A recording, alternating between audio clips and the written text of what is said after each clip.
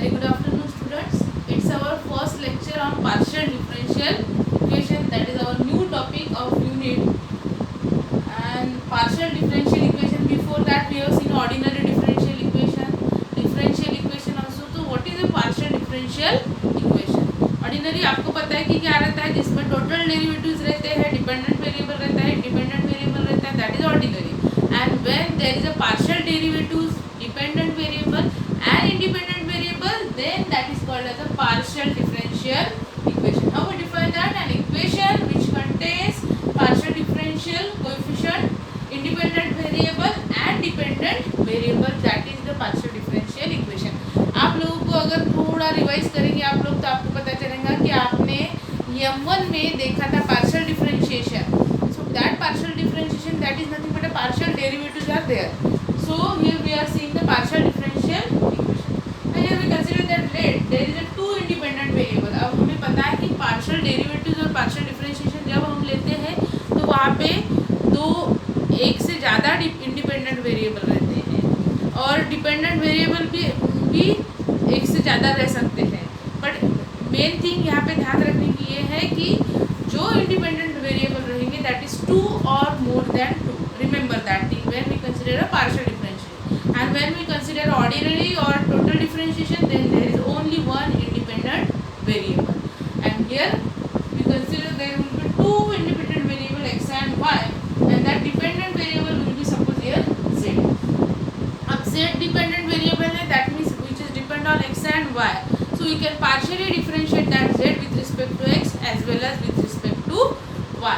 So how we take that partial differential coefficient? तो वो differential coefficient हमने इस फॉर्म में लिया है, that is del z by del x p, then del z by del y q, then del 2z by del x 2. इसको हमने consider किया है r, not r square.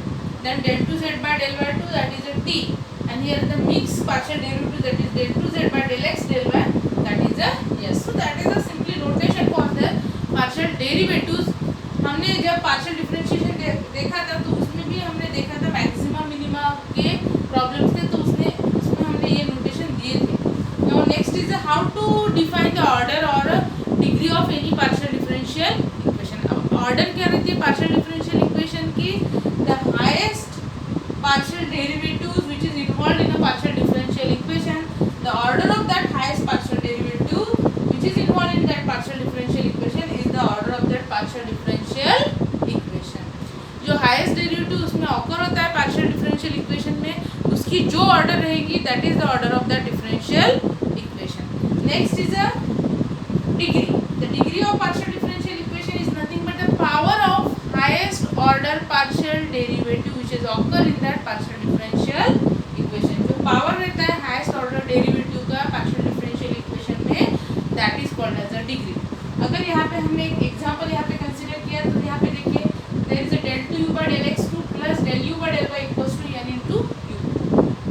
अब यहाँ पे आप अगर देखेंगे तो ये सेकंड ऑर्डर का पार्शियल डेरिवेटिव है, ये फर्स्ट ऑर्डर का पार्शियल डेरिवेटिव है, मतलब इसकी ऑर्डर हाईएस्ट हो गई. अब ये हाईएस्ट ऑर्डर है तो ये सेकंड ऑर्डर है और उस हाईएस्ट ऑर्डर डेरिवेटिव का पावर है 1. तो यहाँ पे ऑर्डर क्या हो गई डिफरेंशियल इक्वेशन की, पार्शियल डिफरेंशियल इक्वेशन की जो हाईएस्ट ऑर्डर डेरिवेटिव है that is a 2. So order is a 2 और जो उसका पावर है उस हाईएस्ट ऑर्डर डेरिवेटिव का that is a 1, that is nothing but a degree and which is a. So in this way we can see the power and degree. तो ये तो आप लोगों को पता ही होगा, this are basic things. And now we comes on the non linear partial differential equation. First we see the non linear partial differential equation and then we see the linear partial differential. Now there are some types of that non-linear partial differential equation. Okay, so first type is if our equation should be in the form of f of pq equals to 0. अब जैसे यहाँ पे हमने denote किया है कि p को हमने del z by del x consider किया था और q को हमने del z by del y consider किया, तो ऐसे फॉर्म में रहेंगे हमारे p and q. मतलब इस इक्वेशन में क्या रहेगा, सिंपली डेरिवेटिव्स रहेंगे del z by del x और del z by del y. There is no independent variable, no dependent variable, मतलब उसमें z भी नहीं रहेगा, उसमें x y भी नहीं रहेंगे, सिंपली डेरिवेटिव रहेंगे.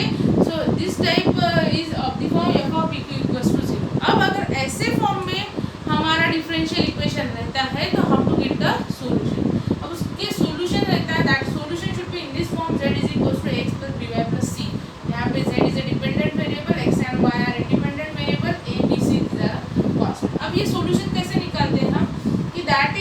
is the standard form of that solution of that partial differential equation, which is in this form: z is equals to x plus by plus c.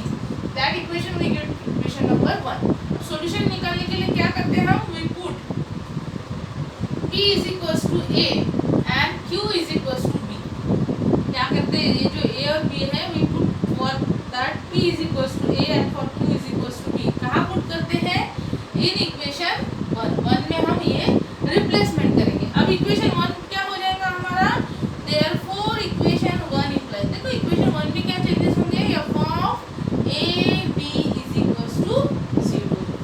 अब f of a b equals to 0 मतलब अब a equation मिल गया हमें a और b के form. अब यहाँ पे क्या करना है? हमें यहाँ पे ये रिड्यूस करने हैं जो भी हमारे कांस्टेंट रहते. तो हम क्या करेंगे? हम b को एक्सप्रेस करेंगे इन terms of a. We express that b in terms of a. मतलब यहाँ पे क्या हो जाएगा? b is equals to, suppose we can take in the form of phi of b. अब क्या हो गया? b की वैल्यू a के फॉर्म में निकल गई. अब ये वैल्यू हम पुट करेंगे in that above equation 2. So equation 2 में चेंजेस क्या हो जाएंगे? So using in 2, हम 2 में ये वैल्यू पुट करेंगे b की in terms of a and therefore हमें यहाँ पे मिल जाएगा z is equals to ax plus phi of a into y plus, और ये होगा हमारा which is a required solution of the non-linear partial differential equation f of p2 equals to 0. जो solution निकलता है वो इंडिपेंडेंट वेरिएबल, डिपेंडेंट वेरिएबल और constant के फॉर्म में रहता है. वो उसका स्टैंडर्ड फॉर्म में रहता है. अगर ऐसे फॉर्म में रहा तो हमारा differential equation solution should B z is equals to x plus by plus c. क्या रहता है? such that we put p is equals to a and q is equals to b in equation 1. और फिर क्या हो जाएगा? Equation 1 में p और a की वैल्यू, p की वैल्यू a और q की वैल्यू b की, तो ऐसे फॉर्म में आ जाएगा. और फिर b is equals to phi of a हम यहाँ पर रिप्लेस करेंगे. हम क्या करेंगे कि जो b की वैल्यू है इन टर्म्स ऑफ a हम एक्सप्रेस करेंगे और फाइनली वो वैल्यू हम इस रिक्वायर्ड सॉल्यूशन में पुट करेंगे which is the given solution of the differential equation. तो यहाँ पे आप कंटिन्यू करते हैं इससे. Now we see the second type of that non-linear partial differential equation, and equation of the form f of pqz equals to 0. मतलब अब देखो इस इक्वेशन में क्या क्या प्रेजेंट है? p है, q है और z है. प्रीवियस इक्वेशन में क्या था? Simply p and q, and now there is a p q z. अब ऐसे फॉर्म में अगर हमारा इक्वेशन आता है तो यहाँ पे how to get the solution. अब सॉल्यूशन निकालने के लिए यहाँ पे एक चीज ध्यान रखना कि ऐसे फॉर्म में रहा, 3 टर्म्स इसमें रहती है, तो यहाँ पे you have to make a substitution. We have to express that z in terms of some other function. That is if we express that z as f of u, z को हम consider करेंगे function of u. और u कैसे हमारा express होगा? u is in the form of x plus a y. That u should be in the form of x plus a y. तो अब हम निकालेंगे आगे सॉल्यूशंस निकालेंगे.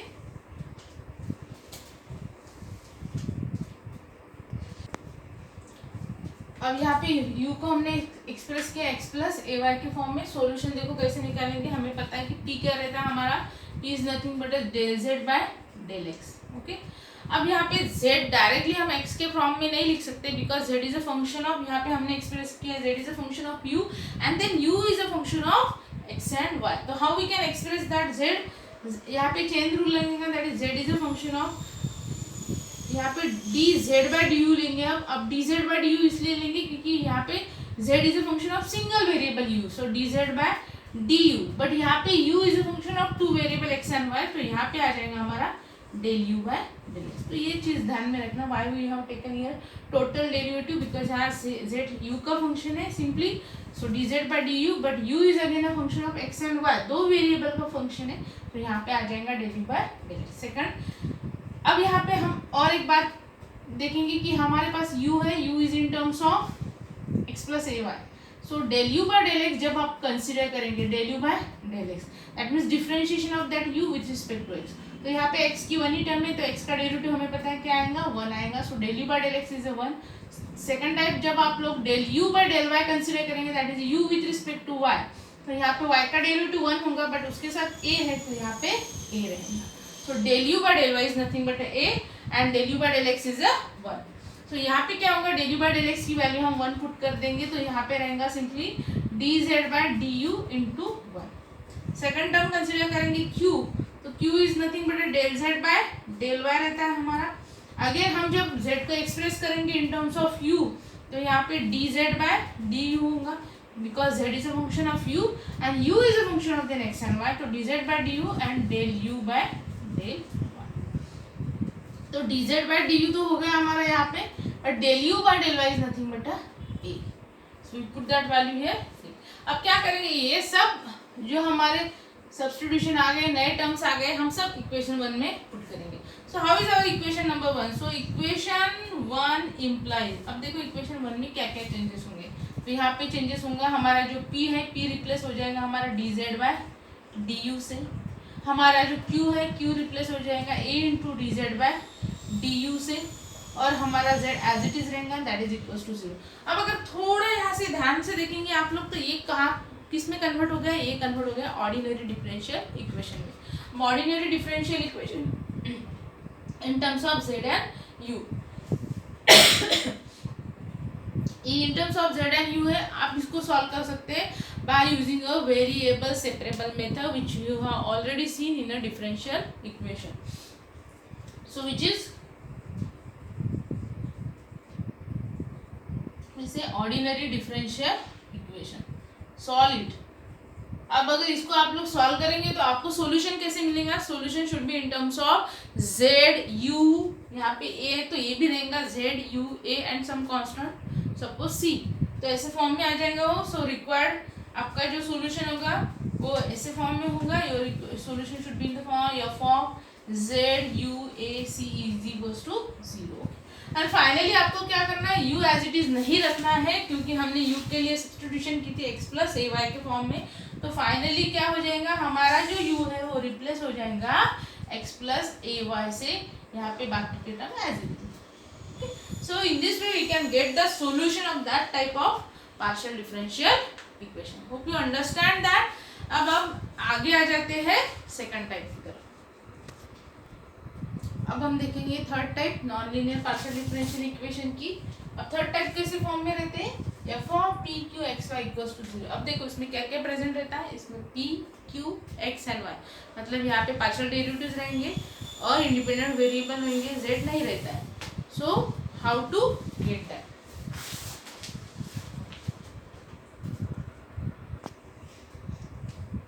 सो हाउ टू सॉल्व दैट। तो यहाँ पे पहले तो आपको सेपरेट करना पड़ेगा।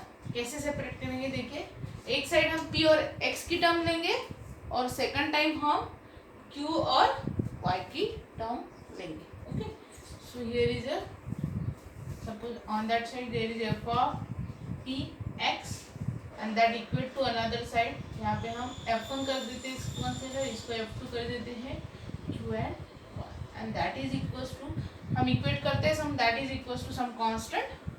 ओके, सो अब यहाँ पे क्या हो गया, f1 of p x is equals to k as well as f2 of q y equals to also k।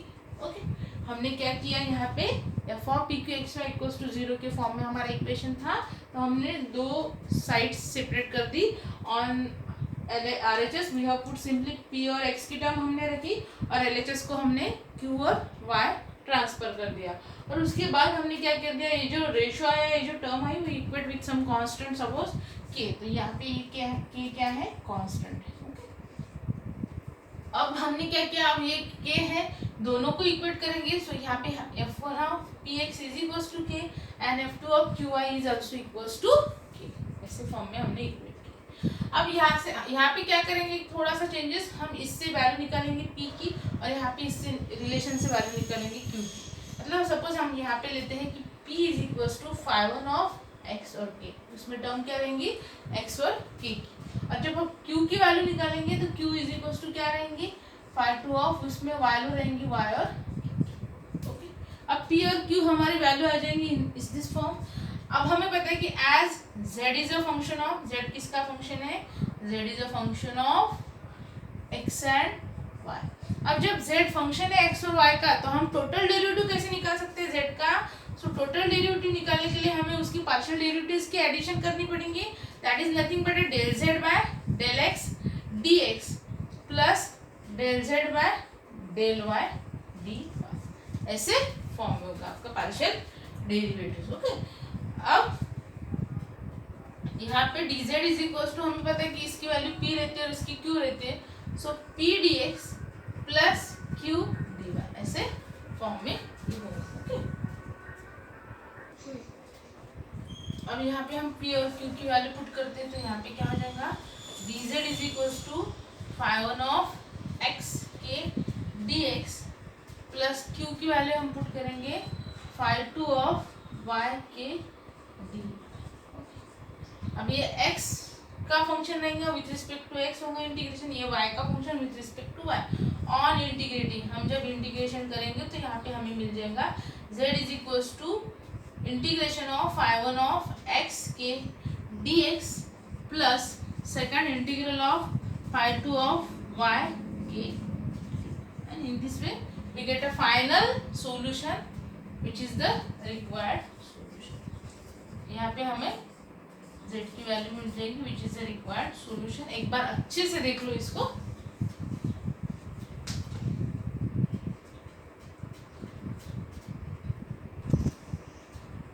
Now student, we will see problems on the types which we have seen previously, and now we comes on the first type। अब first type के यहाँ पे जो problem दिए first, second और third जो problem है that is based on the first type, that is f of pq equals to 0। अब solve कैसे करते हैं हम देखेंगे।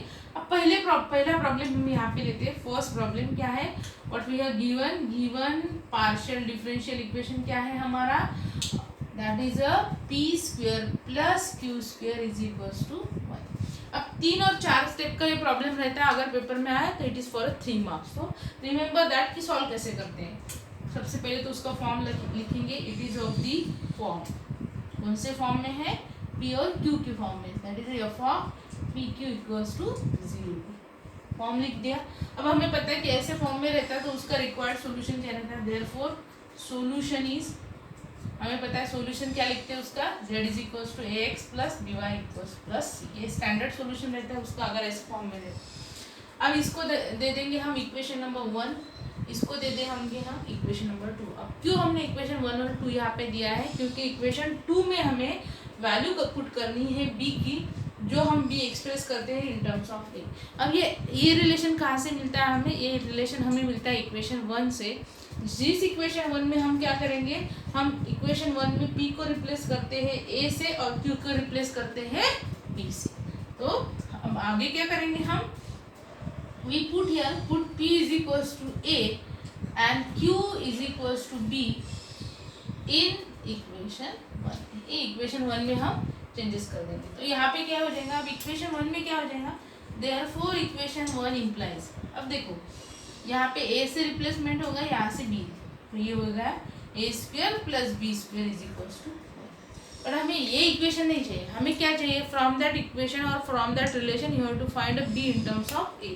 तो हम क्या करेंगे, अब b को उस साइड लेके जाएंगे, so a square is equals to ये हो गया 1 minus b square. Okay, sorry हमें b की वैल्यू चाहिए इन टर्म्स ऑफ a, तो हम क्या करेंगे, b स्क्वायर को लिखेंगे b square is equals to 1 minus a square. अब ये तो वैल्यू हमें b स्क्वायर की मिल गई, बट हमें चाहिए वैल्यू ऑफ b, तो हम क्या करेंगे, therefore b is equals to हम लिखेंगे under root of 1 minus a square. तो ये हो गई हमारी b की वैल्यू।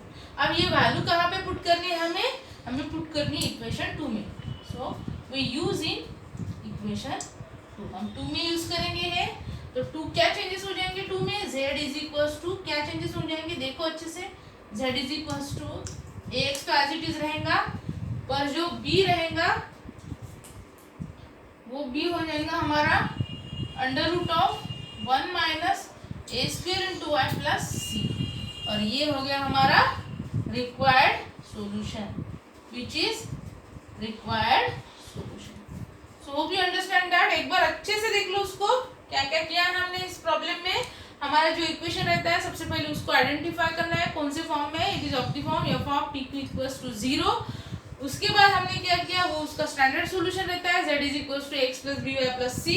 उसके बाद हम क्या करते हैं, जो p और q रहते हैं गिवन इक्वेशन में, वहाँ पे रिप्लेसमेंट होती है p की a से और q की b से, जो यहाँ पे हमने की है उसके बाद हमने क्या किया, हम b की वैल्यू निकालते हैं इन टर्म्स ऑफ ए, जो हमने यहाँ पे निकाली है, और वो वैल्यू हम इक्वेशन 2 में पुट करते हैं, जिससे हमें हमारा रिक्वायर्ड सॉल्यूशन मिल जाता। So that is one of the problem of that type. अब यहाँ पे सेकंड प्रॉब्लम है f of p q equals to p plus q. Again it is of the form f of p q, क्योंकि इसमें P और Q की ही term है, तो ये फर्स्ट फॉर्म में आ जाता है। सेम ऐसी हमें स्टेप करनी है। इसका आंसर भी मैंने यहाँ पे प्रोवाइड किया है, इसका आंसर ये आना चाहिए सेकंड। उसके बाद थर्ड प्रॉब्लम में देखेंगे तो p square plus q square is equal to 2। यहाँ पे 1 था, यहाँ पे 2 है, तो कुछ ज़्यादा चेंजेस नहीं होंगे।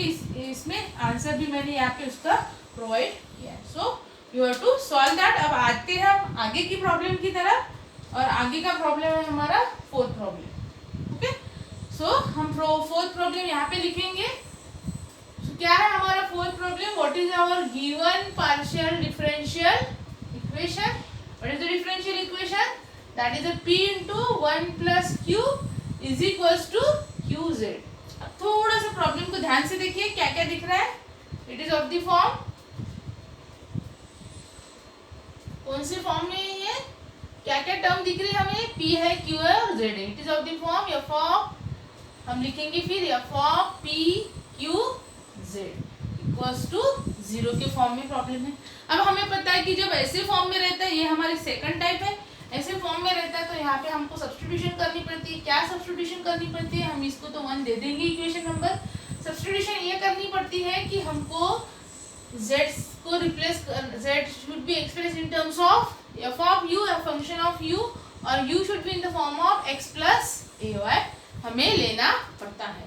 अब उसके बाद हमें वो जो डेरिवेटिव्स है वो एक्सप्रेस करने पड़ेंगे। हमें पता है कि p रहता है हमारा del z by del x, so वो एक्सप्रेस हो जाता है dz बाय du और del u by del x के फॉर्म में। जैसे मैंने प्रीवियस टाइप में आपको बताया कि कैसे हम लिखते हैं, तो ऐसे फॉर्म में होगा, क्योंकि यहाँ पे z है हमारा फंक्शन u का, और u है फंक्शन x और y का, तो del z by del x हम डायरेक्ट नहीं लिख सकते, उसको हम ऐसे लिखेंगे dz by du as it is a function of simply u, and then u is a function of x and y, so we take here del u by del x।